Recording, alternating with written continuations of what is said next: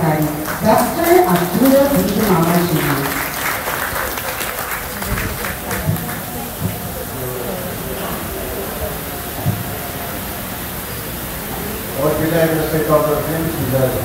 Assalamualaikum warahmatullahi wabarakatuh. Assalamualaikum. Assalamualaikum. Well, I apologize to everyone. Coming here earlier, but due to some uncontrollable circumstances, I regret to say that I don't want to make I was with the Dr. Aris Ali. Hindi mo namin ito sinasasya. Actually, I was with for hours already that ako worry din ako actually. Pero, yung kasi mga sinusasan ko, parang dito dito para wala ba sa. But, salamat po sa hindi na nandito ngayon. Hindi ko, actually, kung nag-uya pa ako dapat dito muna sa secretary ko ni Sai. So, but, kahit sa sobrang dami talaga ng ginagawa ng secretary, hindi ko ba ma-assign niya. Ito na lang kung mag-doon siya. Hindi ako for trauma program, no? So, lahat po, sa araw, sa people, hindi ko na rin na-apos yung activity para maraming nagpala nito. Anyway, napakaroon natin yun. Good morning to everyone present for the designated hospital leadership headed by undergrad Dr. Miguel Maren, Dr. Marina, yung healthcare workers, kayong lahat, palakpakan natin yun. Two partners of the government, both of Dr. Haris Ali of the City Health, palakpakan natin sila, to the private sector, to our guests, most especially to the community that we serve. It is my honor to join you today as we open the doors of this new hospital lobby. I'm going to talk about this first and later about the operation center. But don't worry, hindi mo ba kayo ito. Alam niyo po, kahit naman natin si Dr. Ali Kalamina, it doesn't only represent the street. It also represents much more than the architecture and the furniture. So today, we open a space of, welcome, of dignity and compassion.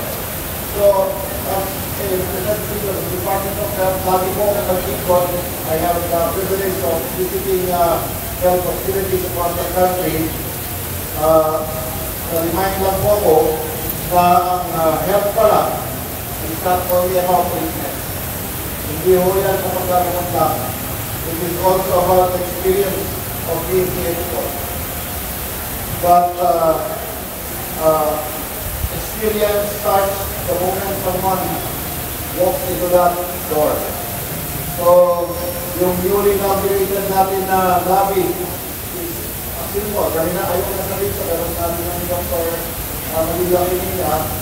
It's a symbol of my first embrace that we want to spend to our patients.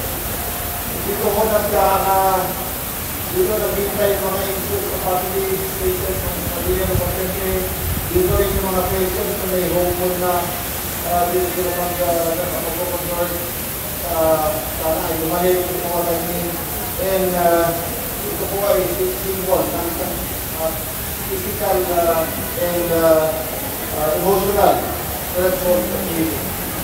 So that the Department of Health strongly supports initiatives to improve not only the medical infrastructure, but also the patient journey.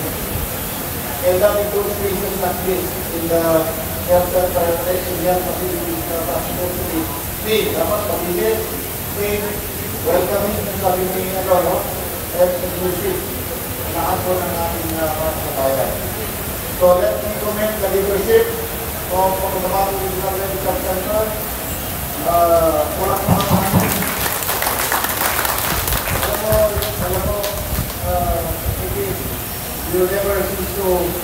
impress me.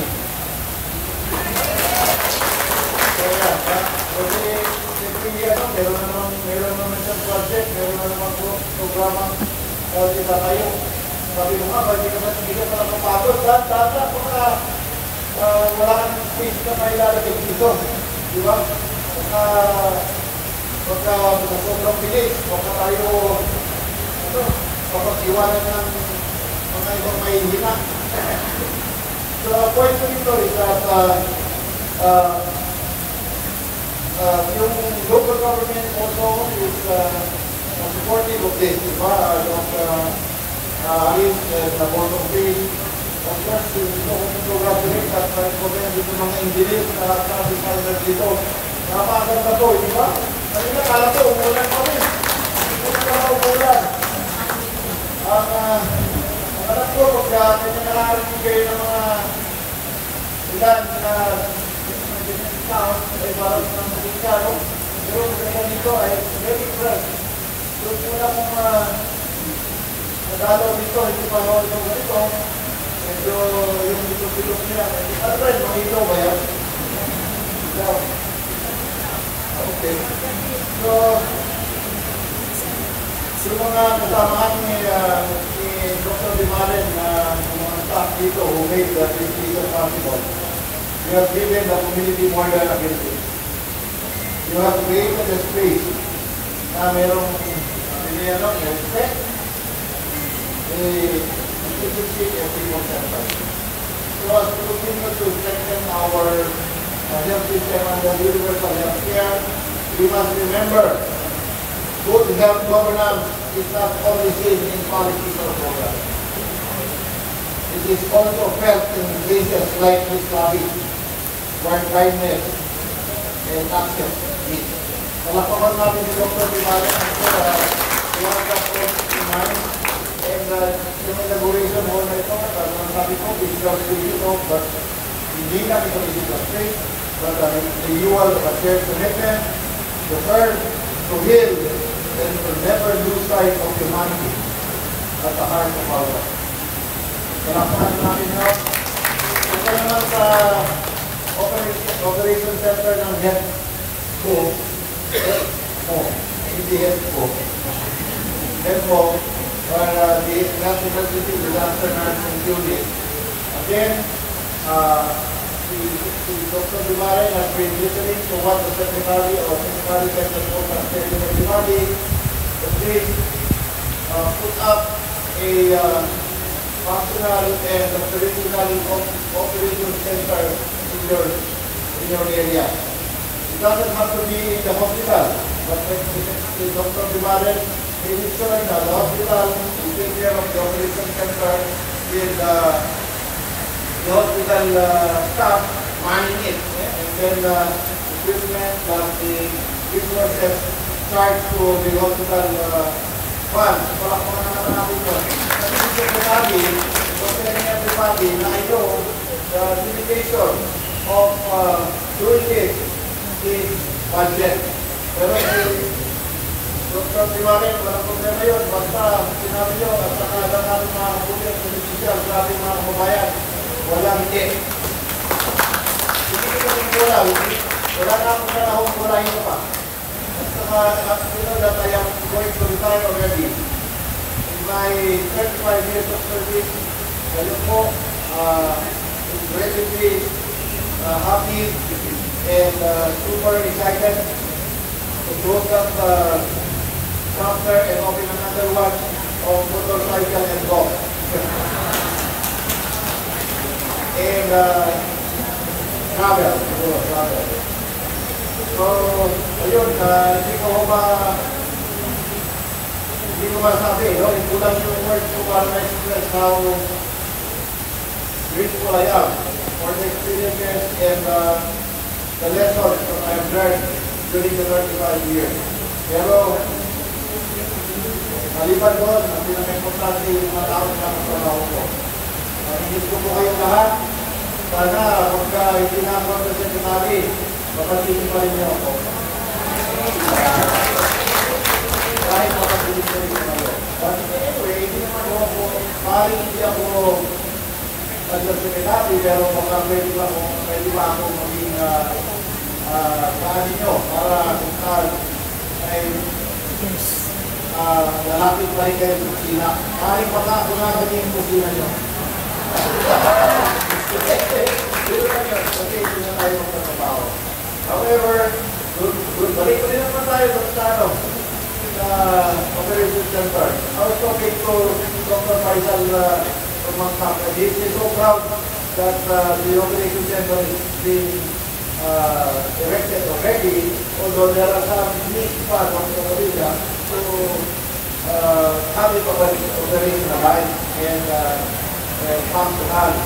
Yung number, the three-digit number that they don't have, hindi pa ho nagawa, pero mukhang computer studio, meron na tayo. Ibang number na, hindi lang 911, no? Ibang number, ang doon is, if you take care, nabili Dr. Dimari kanina of emergency and disaster operations within the locality and even the entire regional part. Diba? Yung team up natin ay kasalukuyan na pong ginagawa. Konting-konting effort na lang, pagkaroon na tayo ng internationally trained or recognized emergency management team. At dito yan sa Cotabato Regional Medical Center. Hindi ko alam kung tama ko yung sasabihin ko na ito lang at kauna-una na hanggang team na ina-organize dito sa alam ko, wala pa sa makalaman na sa ito dito yung sentro yung pagwanda ng Davao at saka yung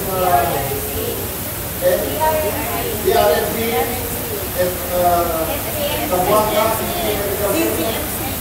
ay nandito at nakatuwa na ang DRNP ninyo ang siyang mag-relieve ng BMAT dito sa Mindanao.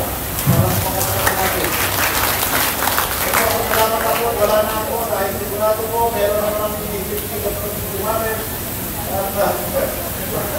At sigurado na naman ako magkakaroon na naman tayo ng another assignment. Pero dahil ko man, alam ko naman na ang kanyang bottom line, o kaya ang kanyang talagang objective, talagang makatulong at magbigay ng tama ang kalidad at tapat sa servisyo na magkalugan para sa locality niyo at sa kabahan. Salamat sa pag-ibigita. Alam ko, wala nang medyo malamig na yung sumbana sa kayong pagkain. Salamat at mabuhay po kayo lahat. Maraming salamat. Isang masigabong palakpakan naman para sa ating Undersecretary. And Lisa, good luck po sa inyong motorcycle and golf adventure.